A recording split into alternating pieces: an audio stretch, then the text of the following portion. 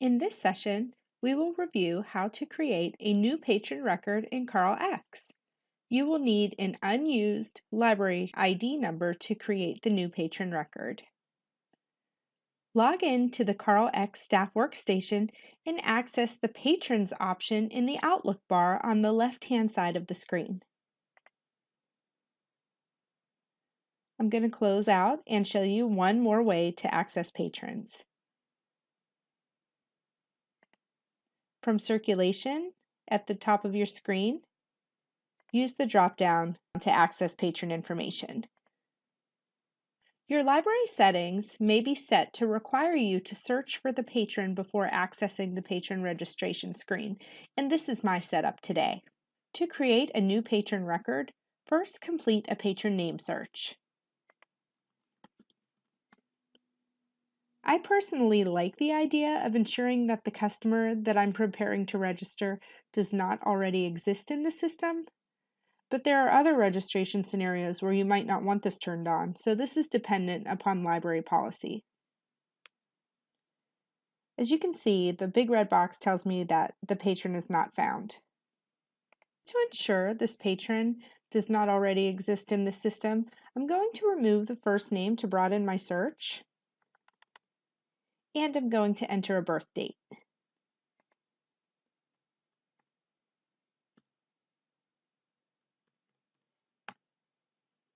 Again, the big red box tells me that my search returned no result. Click OK to exit out of there. I want to show you what it looks like if you do find a match. I'm going to remove the birth date and then search by Smith to return some results. And if my patron does already exist in the system, I can simply highlight the name, click Select Patron, and then I'm in their patron information and I can edit the appropriate information to update the patron record as needed. For a deeper refresher on editing a patron record, you might watch CarlX Circulation, Editing a Patron Record, for more information on that workflow. Okay, so back to creating my patron record. I've done my name search and received no returned results. I click OK to exit the big red box, and because I completed a name search, the New Patron button is now illuminated. Click on New Patron.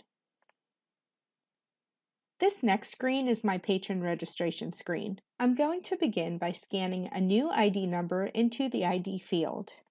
Now let's fill out the top portion of the patron information screen, which displays the primary patron account information, such as ID, alternate ID if your library uses that, the expiration date, branch, card type, name fields, and account status.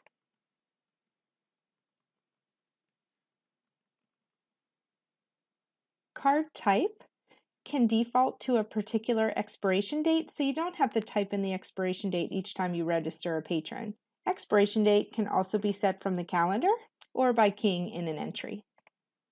Moving to the next portion of the registration, we have address, phone, email, and date of birth, just to name a handful of these fields.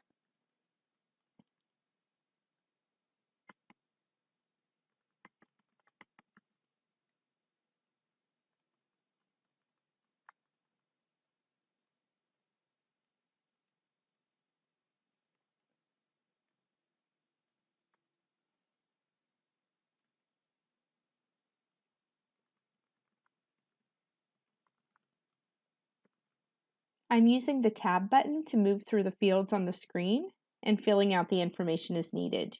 You can also mouse around into the different fields that are needed. There are two tabs near the bottom of the registration page. Statistics shares the library's user-defined fields, and these fields are used to collect more information about the patron, and these are customized by the library.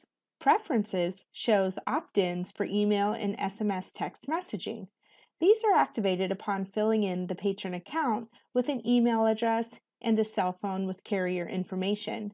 If this information does not exist in the account, the preference will not be active.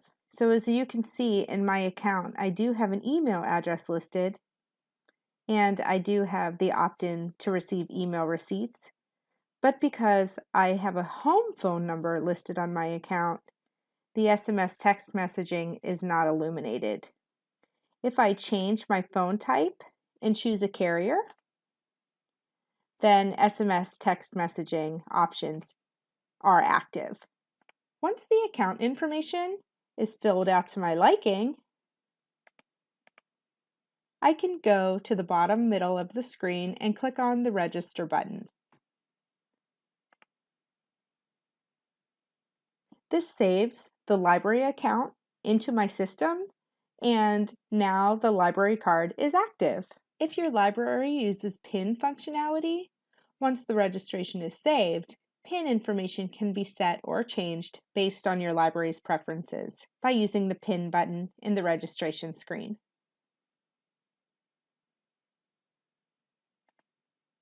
To register multiple patrons who share the same account information like address and phone, the patron information screen does have a clone option here at the bottom, and this will save you from having to enter the same information multiple times in a row.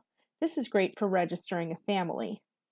If I click on clone, I'm given the option to add a new unique patron ID, the name, but some of my information is retained, like address and telephone.